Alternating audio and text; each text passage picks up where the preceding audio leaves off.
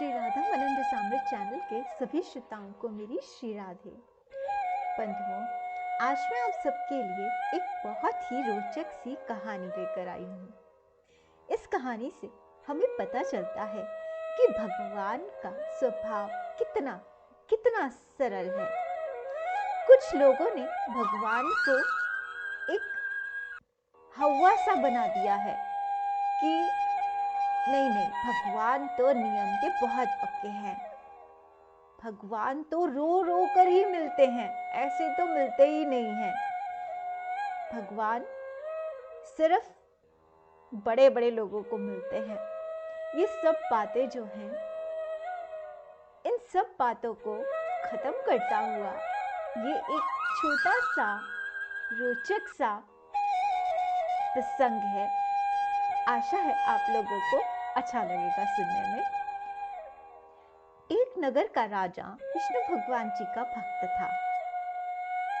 उसकी एक बहुत प्यारी सी बेटी थी। एक दिन वो राजकुमारी जब अपने राज्य के भ्रमण के लिए निकली तो उसी राज्य के दो युवक जो दोस्त थे, उनमें से एक दोस्त उसे अपना दिल दे बैठा। अब वो रात दिन राजकुमारी के बारे में ही सोचने लगा। तो उसके दूसरे दोस्त ने उससे पूछा कि तुम्हें क्या हुआ। तो उसने अपने मन की सारी बात अपने दोस्त को बता दी। अब वो जो उसका दोस्त था वो बहुत बड़ा कलाकार था।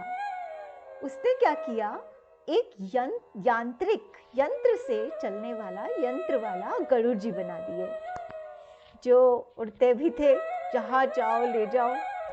और बहुत सारे हाथ बना दिए विष्णु भगवान जी के जैसे, ऑटोमेटिकली जब चाहो बंद हो जाए, जब चाहो खुल जाए। तो अब ये हाथ और गरुड़ अपने फ्रेंड को देकर, अपने उस दोस्त को देकर उसने कहा कि जाओ अब तुम राजकुमारी से जाकर मिलो। अब वो युवक खुशी खुशी उस गरुड़ जी पर बैठ के और वो सारे हाथ फैलाकर विष्णु भगवान जी की तरह श्रृंगार करके उस राजकुमारी से मिलने चला गया। राजकुमारी बैठी थी अपने कमरे में। रात के टाइम वो आया और राजकुमारी ने देखा साक्षात विष्णु भगवान मेरे कमरे में आ गए, ये कैसे हो सकता है। राजकुमारी तो बिल्कुल हक्की की बक्की रह गई। अब वो बोला युवक कि राजकुमारी, मुझे तुम बहुत अच्छी लगती हो। मैं तुम्हारे लिए अपनी लक्ष्मी को छोड़ के आया हूँ, अपनी राधा को छोड़ के आया हूँ, अपनी सीता को छोड़ के आया हूँ। मुझे तो तुम बहुत पसंद हो।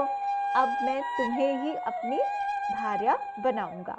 तो इस तरह की चिकनी चुपड़ी बातें करके उस युवक ने इस राजकुमारी पर अपना प्रभाव डाल दिया। अब राजकुमारी भी सोचने लगी कि विष्णु भगवान मिल जाएं, इससे बड़ी बात और क्या हो सकती है, क्योंकि वो पूरा परिवार विष्णु भगवान जी का भक्त था। तो राजकुमारी को लगा कि सचमुच विष्णु भगवान जी आ गए, मेरी तो भाग्य खुल गए। तो अब वो राजकुमारी उस राजकुमार के साथ अपनी रात्रियां बिताने लगी। अब जब सुबह सेवक कमरे की सफाई करने के लिए आते तो उन्हें बड़ा अटपटा सा लगता। उन्हें शंका होने लगी कि राजकुमारी के साथ रात को कोई पुरुष जरूर रहता है। उन्होंने ये बात जाके राजा को बताई। राजा को चिंता हुई। राजा ने रानी को कहा। रानी को भी चिंता हुई। रानी ने आकर अपनी राजकुमारी से पूछा। राजकुमारी ने सब कुछ सच सच बता दिया कि माँ, मेरे साथ रात को विष्णु भगवान समय बिताने आते हैं। रानी बड़ी हैरान हुई। रानी ने ये बात जाके राजा को बताई। राजा भी बहुत हैरान हुए। अब दोनों ने निश्चय किया कि वो आज रात को विष्णु जी को देखेंगे। अब राजा और रानी दोनों ने छुपकर राजकुमारी के कमरे में आते हुए साक्षात विष्णु भगवान जी को देखा। गरुड़ पे चढ़ के आ रहे हैं, इतने सारे हाथ, इतने सारे आयुध हाथों में, और बिल्कुल एकदम विष्णु भगवान की जैसे जिनकी छटा। राजा तो देखकर भक्ति में गदगद हो गया कि मेरी राजकुमारी के साथ विष्णु भगवान आते हैं रहने के लिए। रानी की आंखों से तो अश्रुधारा ही नहीं बंद हो रही थी। ये तो लगने लगा कि बस हमें तो हमारी भक्ति का फल मिल गया। लेकिन अब राजा तो राजा होता है। अचानक से उसके दिमाग में पिता से राजा की जाग खुल गई। अब अब उसने सोचा कि विष्णु भगवान मेरे दामाद हो चुके हैं, अब किस शत्रु की मजाल जो मुझे हरा दे। अब मैं अपने सभी शत्रुओं को ललकार लूंगा और उन सबको जीत लूंगा। और राजा ने ऐसा ही किया। उसने सभी शत्रुओं को ललकारा और सभी शत्रु एक साथ उससे लड़ने के लिए आ गए। अब होना क्या था, एक अकेला राजा और इतने सारे शत्रु। राजा के पास इतना साधन नहीं था कि एक साथ इतने सारे शत्रुओं से लड़ पाता, जीत पाता। तो अब बात आ गई राजा के ऊपर। राजा जो था वो फंस गया। अब फंसे हुए राजा का कॉन्फिडेंस तो ओवर कॉन्फिडेंस हो चुका था।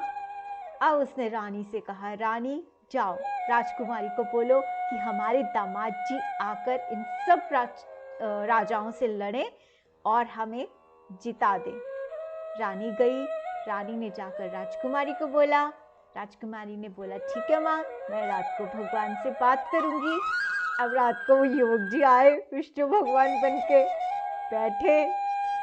तो राजकुमारी ने पहले तो बहुत स्वागत सत्कार किया और फिर उनसे कहने लगी कि देखो, ऐसे ऐसे मेरे पिता जो हैं वो सभी शत्रुओं में फंस गए हैं, तो आपका कर्तव्य बनता है कि आप उनकी रक्षा करें। अब युवक यहाँ पे और फंस गया। अब वो सोचने लगा, अब क्या करूं मैं। अब अगर मैं बता देता हूँ कि मैं विष्णु नहीं हूँ तो भी मरता हूँ, राजा मुझे छोड़ेंगे नहीं। और अगर मैं लड़ने के लिए जाता हूँ तो उन सब राजाओं से तो निश्चित ही मैं मारा जाऊंगा। बहुत सोच विचारने के बाद उसने निर्णय किया कि मैं लड़ ही लेता हूँ। तो जैसे ही उसने ये निर्णय किया कि मैं लड़ ही लेता हूँ, अब वहां वैकुंठ में सचमुच के विष्णु भगवान जी को चिंता हो गई। विष्णु भगवान जी ने कहा, अरे ये क्या निर्णय ले लिया, अब ये लड़ने के लिए जाएगा और हार जाएगा और हर जगह यही फैल जाएगा कि विष्णु जी हार गए, विष्णु जी हार गए, विष्णु जी हार गए। तो अब विष्णु जी ने सोचा, मैं क्या करूं। अब विष्णु जी ने भी बहुत सोच समझ के ये निर्णय किया कि ठीक है, मैं लड़ने के लिए जाऊंगा, मैं जाऊंगा लड़ने के लिए। तो विष्णु भगवान जी ने उस निश्चित समय पर उस युवक के अंदर प्रवेश किया और लड़े। और भगवान तो जीतना ही था भगवान जी ने, तो भगवान जी जीत गए। भगवान जीत गए यानी भगवान ने उस पुरुष के अंदर प्रवेश किया हुआ था, तो भगवान जी की पूरी शक्ति उस पुरुष में आ गई थी और वो युवक जो था वो सबसे जीत गया। सब राजा हार कर चले गए। अब ये वाला राजा तो बहुत ही प्रसन्न हो गया इस युवक से। इसके तो आकर इसके चरण छूने लगा और बहुत खुश हो गया। लेकिन अब उस युवक को लगा कि नहीं, अब मुझे बता देना चाहिए कि मैं भगवान विष्णु नहीं हूँ और ये युद्ध कैसे जीता मैं नहीं जानता। तो उसने राजा को सचमुच में सब कुछ बता दिया। लेकिन राजा तो गदगद हो ही चुका था, प्रभावित हो ही चुका था, उसके एहसान के तले आ गया था कि उसने इतने सारे राजाओं से, शत्रुओं से उसकी रक्षा की, तो वो कैसे उसे सजा दे सकता था। तो उसने क्या किया, उसने राजकुमारी की शादी उस युवक से करवा दी। तो अब यहाँ चिंतन करने वाली ये बात है कि अगर कोई और होता विष्णु भगवान जी की तरह और उसे पता चलता कि कोई मेरा रूप बनाकर कहीं भी जाता है, राजकुमारी से मिलता था वो युवक, लेकिन कहीं भी जाता है, कुछ भी करता है, तो क्या होता? क्या वो भी यही करता जो विष्णु भगवान जी ने किया, या लड़ाइयां हो जाती? तो देखा, भगवान ने थोड़ा सा भी नहीं सोचा कि मेरा रूप बनाकर ये युवक कैसे चला गया, कैसे इसने ये काम किया। रत्ती भर भी नहीं सोचा, बल्कि जाकर उसी का काम बनाकर आ गए। क्या भगवान वहीं पे बैठे बैठे नहीं कर सकते थे? उन राजाओं का उन राजाओं को परस्त नहीं कर सकते थे वैकुंठ में बैठकर? क्यों आए भगवान? क्यों भगवान ने उस युवक के अंदर प्रवेश किया? भगवान ये भी तो कह सकते थे, आ जाते, उस युवक के सामने ही आ जाते कि ये झूठा है, मैं सच्चा हूं, ये झूठा विष्णु है। लेकिन भगवान ने उसके अंदर प्रवेश किया। उस युद्ध के जीतने का श्रेय उसे दिया, खुद नहीं लिया। कितने सरल हैं हमारे भगवान, कितना प्यार करते हैं अपने भक्तों से। राजा की भक्ति उन्हें प्रास आई। दूसरा, उस युवक का प्रेम सच्चा था। वो युवक जो था वो राजकुमारी से सच्चा प्रेम करता था। वो राजकुमारी की भावनाओं से खेल नहीं रहा था। इसीलिए भगवान ने आकर उसकी इस तरह की सहायता की और दिखाया क्या कि मुझे चिंता हो रही है, कहीं मैं हार जाऊंगा, मेरा नाम बदनाम हो जाएगा, मेरा नाम बदनाम हो जाएगा। देखो, जो अभिमान उनका सच्चा है, अगर भगवान अभिमान करें तो भगवान का हर तरह का अभिमान सच्चा है।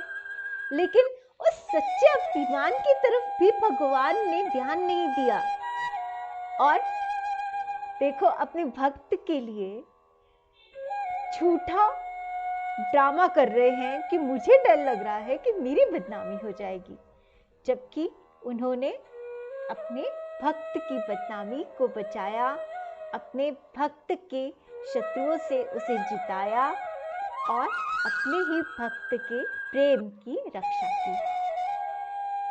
तो इतने प्यारे हैं हमारे भगवान। ये नहीं कि रोने वालों को ही मिलते हैं, नियम वालों को ही मिलते हैं, बड़े बड़े लोगों को ही मिलते हैं। बस जिनके मन में सच्चाई है, जिनके मन में उनके प्रति पूरा समर्पण है, भगवान के होने का अभिमान है, भगवान उन्हें मिल जाते हैं। अपनी इन्हीं नटखट बातों से भगवान सभी को अपने लगते हैं, किसी को पराये लगते ही नहीं हैं। चाहे कोई छोटे से छोटा हो, चाहे कोई बड़े से बड़ा हो, सभी को भगवान अपने लगते हैं, क्योंकि अपनी प्यारी प्यारी नटखट सी शरारतों से वो सभी का मन हर लेते हैं। तो ऐसे ही भगवान जी की एक और रोचक कथा के साथ मैं आपसे अगले वीडियो में मिलूंगी। आप मेरे चैनल को सब्सक्राइब कीजिए ताकि वो वाली वीडियो आप तक पहुंच सके। बेल आइकन को प्रेस कीजिए और कमेंट कीजिए कि ये कहानी आपको कैसी लगी। लाइक कीजिए और सब लोगों से शेयर कीजिए ताकि और सबको भी पता चले कि हमारे सांवरे कितने सरल हैं, कितने प्यारे हैं। तब तक श्री राधे।